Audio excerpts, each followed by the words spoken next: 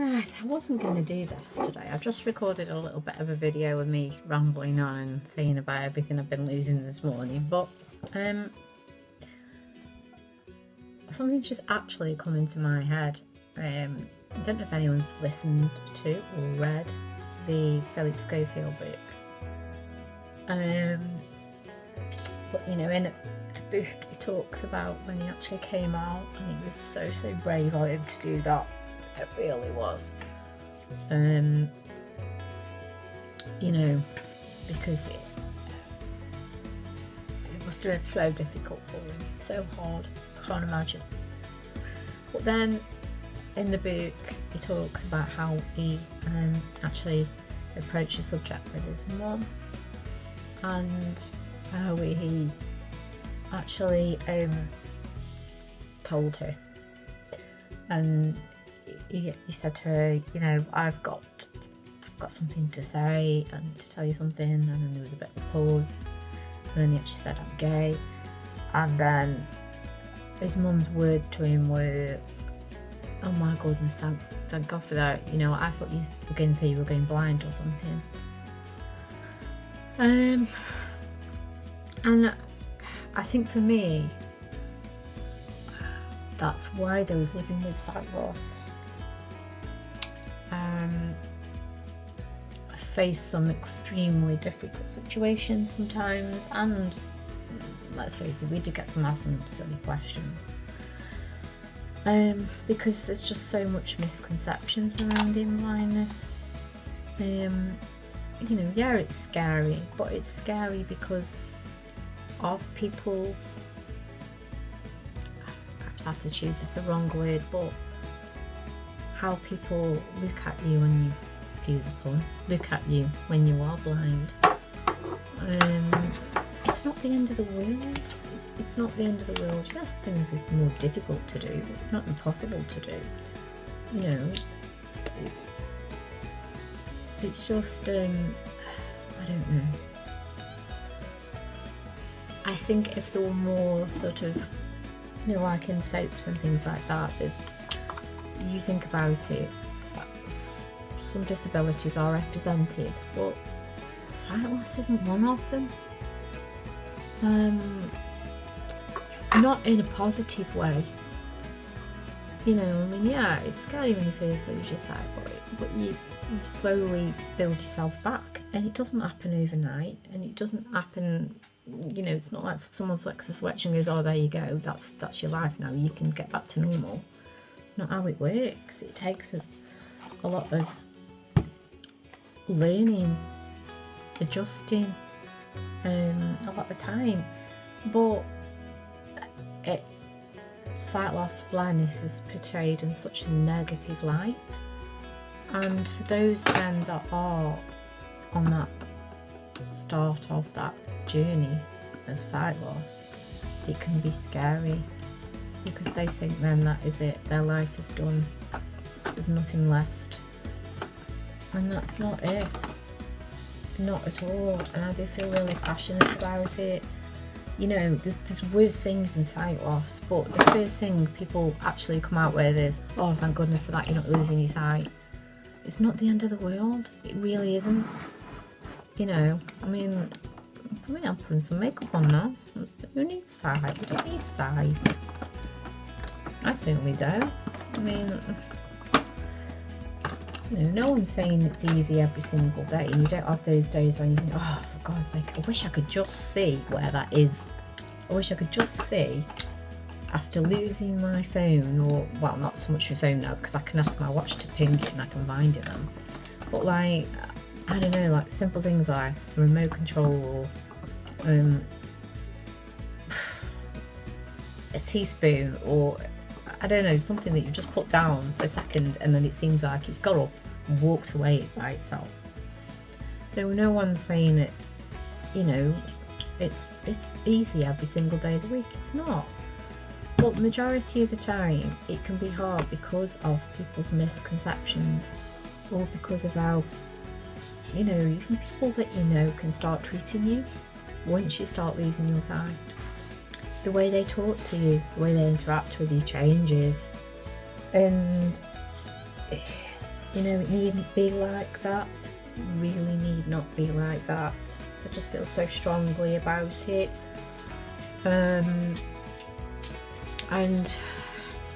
you know, maybe getting on my soapbox a little bit here, but, you know, it's like with any other disability.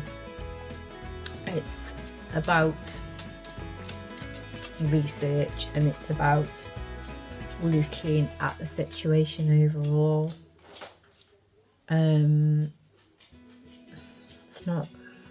It's not the end of the world.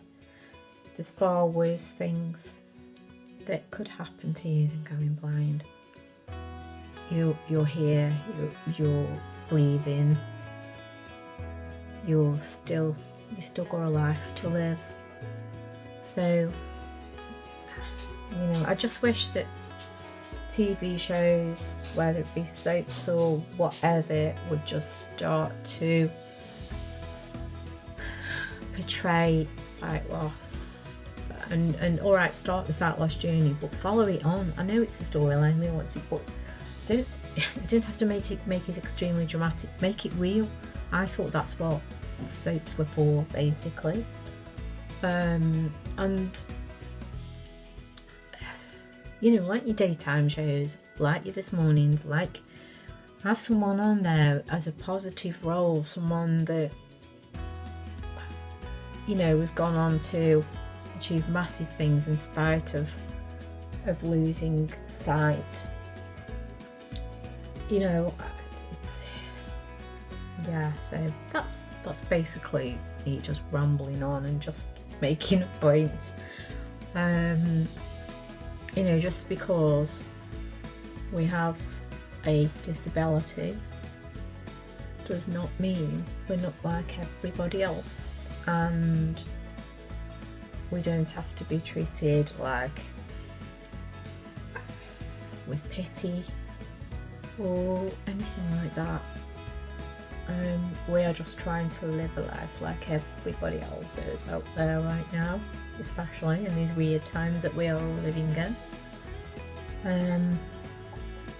You know, but it can be scary enough without people having to hear things like statements or sentences like that, because then they automatically think, oh my goodness, yeah, that's it, my life is done.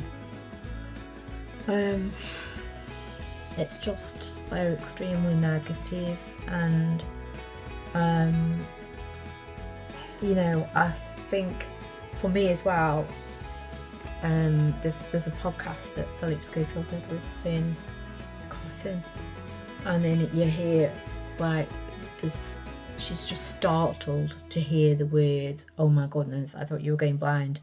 It's like, like the most terrifying thing you could possibly hear.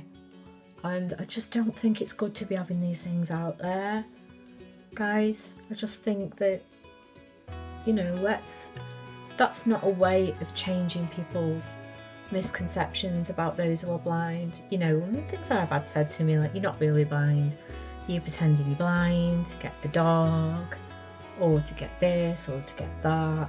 And it's just, you know, so we need more positive things out there. We need to show that it's not something to be feared.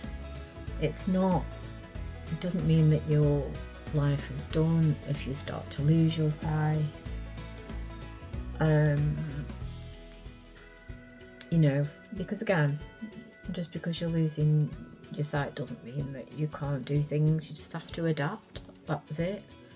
And there's that much different sort of technology and equipment out there now. It doesn't mean that you can't do some things.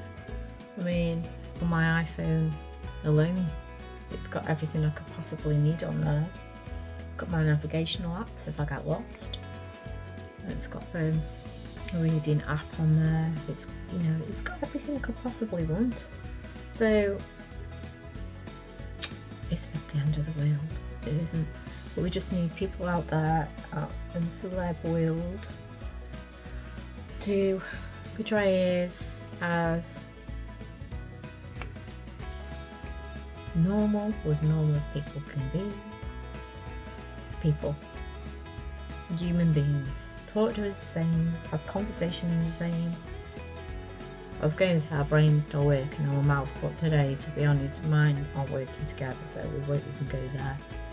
But yeah, so that's basically it. I just wanted to ramble on a little bit because it's just, you know, I added and I meant to do a video about it, but then I've just listened to a podcast as well, and it reminded me of it, so I just wanted to do the video while I remembered. So I'm going to leave you all in peace now. I'm going to carry on putting my polyfiller on my face, and I will see you all again very soon, and I'm going to find the stop recording button and speak to you all very soon. Bye.